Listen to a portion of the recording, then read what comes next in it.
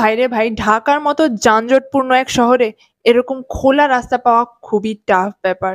But আজকে আমি ঢাকার মধ্যে এমন একটা স্থানে এসেছি যেখানে নো যানজট, নো কোলাহল, নো অতিরিক্ত হর্নের আওয়াজ, জাস্ট সুকুন। তাই ভাবলাম তোমাদের সাথে নিয়ে একটু এনজয় করি। মানে ইয়ার ভাষায় প্রকাশ করা যাবে না যে কতটা ভালো লাগছিল। যারা ঢাকার যানজটে অতিষ্ঠ হয়ে গেছো তারা এই এলাকায় এসে একটু প্রাণ ভরে শ্বাস নিতে পারো। গাইস, আজকের আবহাওয়াটাও দেখো কত অসাধারণ। মানে মেঘগুলাকে দেখে মনে হচ্ছিল তুলো ভাসছে উপরে।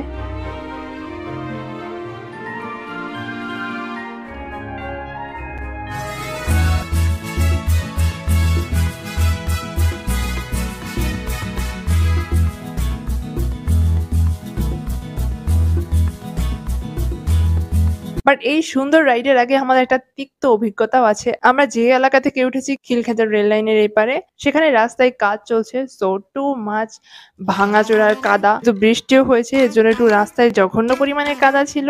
আর এর জন্য আমি ভিডিও করছিলাম আর ভাবছিলাম যে আমার মোবাইলটা না কখন পড়ে যায়, পড়ে গেলে সর্বনাশ হয়ে যাবে। ভাই, রাস্তাঘাটের অবস্থা দেখো।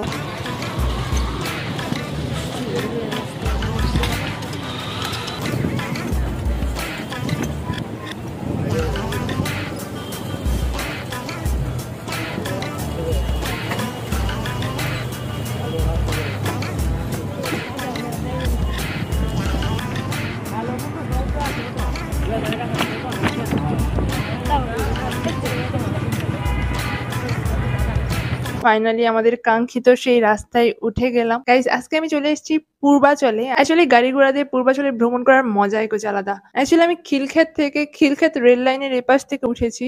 ৯০ টাকা ভাড়া। আমি যাচ্ছি নীলা মার্কেটে। তো খিলক্ষেত থেকে নীলা মার্কেট ৯০ টাকা ভাড়া নিয়েছে। অ্যাকচুয়ালি আমি বুঝতে পারছি না যে কি বলবো এই ভিডিওতে। বাট গাইস, এই ভিডিওটা আমি করেছি তোমাদের একটা অসাধারণ ভিউ উপহার দেওয়ার জন্য। আমার সাথে তোমরা একটু ভার্চুয়ালি এনজয় করবে।